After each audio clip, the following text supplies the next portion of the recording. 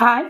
இன்னைக்கு கிளாஸ்ல நம்ம என்ன பார்க்க போறோம்னா, ஃப்ரேம்ல கிளாத் எப்படி ஃபிக்ஸ் பண்றதுன்னு தான் பார்க்க போறோம். நான் இப்போ உங்களுக்கு வீடியோல காட்டுறது வந்து 4 இன்ச் ஃப்ரேம். இப்போ இந்த ஃப்ரேம்ல நீங்க பார்த்தீங்கன்னா, உங்களுக்கு வந்து 2 ரிங் இருக்கும். ஃபர்ஸ்ட் மேல ஸ்க்ரூவோட ஒரு ரிங் இருக்கும். அதுக்கு உள்ள ஒரு ரிங் இருக்கும். மொத்தம் இதுல 2 ரிங் இருக்கும். இப்போ நீங்க என்ன பண்ணணும், ஃபர்ஸ்ட் அந்த ஸ்க்ரூவை லூஸ் பண்ணீங்கன்னா, உங்களுக்கு 2 ரிங்கையும் நீங்க வந்து தனியா கழட்டி எடுத்துக்கலாம். இப்போ 2 ரிங்கையும் நம்ம தனியா செப்பரேட்டா எடுத்துக்கணும்.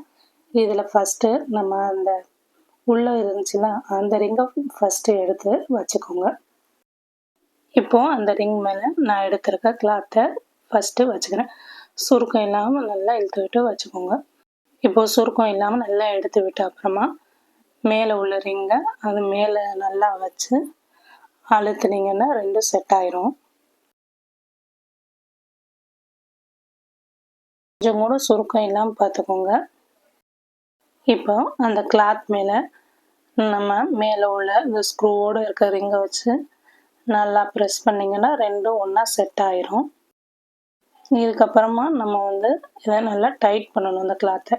இப்போ இந்த கிளாத் வந்து ரொம்ப லூஸாக இருக்குது, இப்படின்னா உங்களால் ஒர்க் பண்ண முடியாது.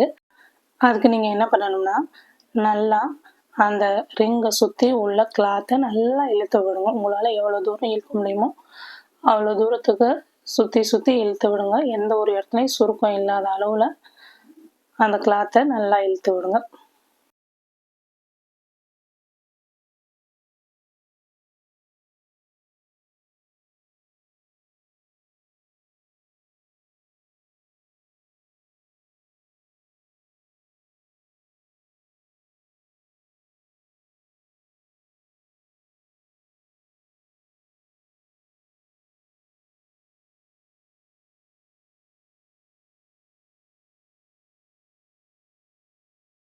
எந்த அளவுக்கு டைட்டாக இருக்குன்னா, நீங்கள் இப்படி அமுக்கி பார்த்தாலும் ரொம்ப அமுங்கக்கூடாது, ரொம்ப தொலை தொலைன்னு இருக்க மாதிரி இருக்கக்கூடாது.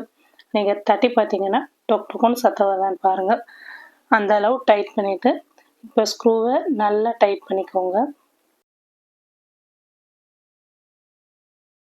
அவ்வளோதான், நம்ம ஃப்ரேமில் கிளாத்தை ஃபிக்ஸ் பண்ணிட்டோம். இன்னையோட கிளாஸ் முடிஞ்சு. Thank you all.